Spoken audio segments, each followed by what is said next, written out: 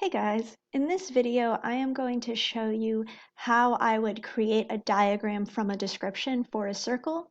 I am using OneNote to make this video. I highly recommend it. It makes the drawing part very easy. As you can see, I just took a screenshot of the question that I'm responding to. I am going to draw it over here, and then I'm just going to take that screenshot and put it back into the Google document. So to start off, I'm going to go to my draw feature, and I know I'm starting with a circle, so I'm going to use my oval feature and get it to look as much like a circle as I can. And I'm just going to leave it right there. And they tell me that it is circle Q.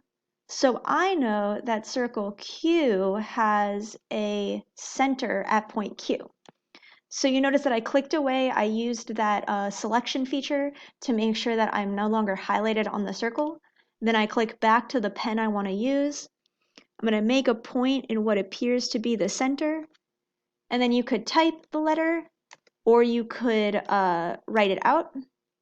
And here is my point Q. I might move it over just a little bit. If you're having issues with the writing, you could just delete that and then just draw it. You could draw it with a fingertip. You could use a mouse. That's not the letter Q. Just draw letter Q. And I see it has a radius QB in red. So to do the radius, I'm actually going to use this shapes feature and make it a line. And I'm going to go to red because that'll make the line red. And then I start at my center. And I'm going to go to some point on the circumference of my circle. You have to select back to the marker to be able to edit your line after. And you can see I can drag it around a little bit. Sometimes it takes a little finagling to get it to stop like going to the grid. But now I've got Q and I'm going to add a point B over here. And it's pretty close, so we're going to call that good. And that is my radius QB in red. And I have a diameter AB in green. So now I'm going to go back to my shapes and I'm going to hit the line again. I'm going to make sure that it's green. And I'm also going to do line AB in green. I'm going to put a point A over here. Now you might notice that sometimes your diameter and your radius, they might overlap a little bit. It might be a little bit hard to see some of those pieces, and that's okay. That's why mine are a little bit offset just so I can see the two colors. Then I have a tangent line YP in blue with the point of tangency at P. So that tells me that point P is actually the point that's going to be on my circle. So I'm going to put a point P somewhere. And if I type that out, I can put point P. And then I am going to go back to my shapes. I am going to make a blue line.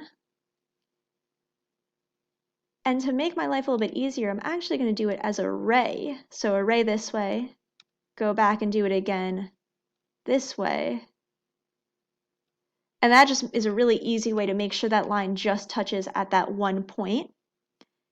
And then somewhere maybe over here, I'm going to put point Y. So now I have my point of tangency at P. I have my line that is in blue. And now we've got to do some highlighting. Highlight the minor arc AP in yellow. So I've used my highlighter. Might even make it a little bit bigger. And I'm just going to, this time I'm going to use my touchscreen. You could also use a mouse or your trackpad. Just drag that along the arc from A to P. And I'm going to draw central angle BQP in orange. So now I need to make an orange marker. So you notice that I'm going to one of my markers, I'm going orange. I might actually make the line a little bit thicker. And now I am going to use my line feature to go from B to P, or from Q to P. So there I messed up because I didn't go back and select my line again. But now if I select my line again, and sometimes I draw it around so it doesn't drag as much. And if I need to, I can go back, I can make that line, the red line, thicker. because that was giving me some problems.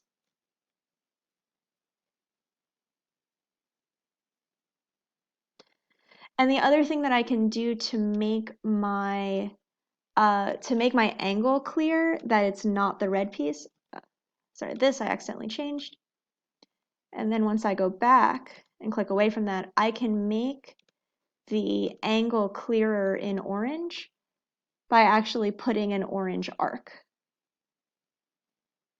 And so that way I know that I have that orange angle, even though I have the red segment. And now all I do is I take my snipping tool or some other screenshotting tool. I'm going to take a screenshot of this picture that I made. I'm going to copy it, and then I'm going to go to my PowerPoint and paste it and just make sure that it fits nicely in that little box. And that is how I would create a diagram based on a description. If you have any questions, you can always let me know. Good luck, you guys.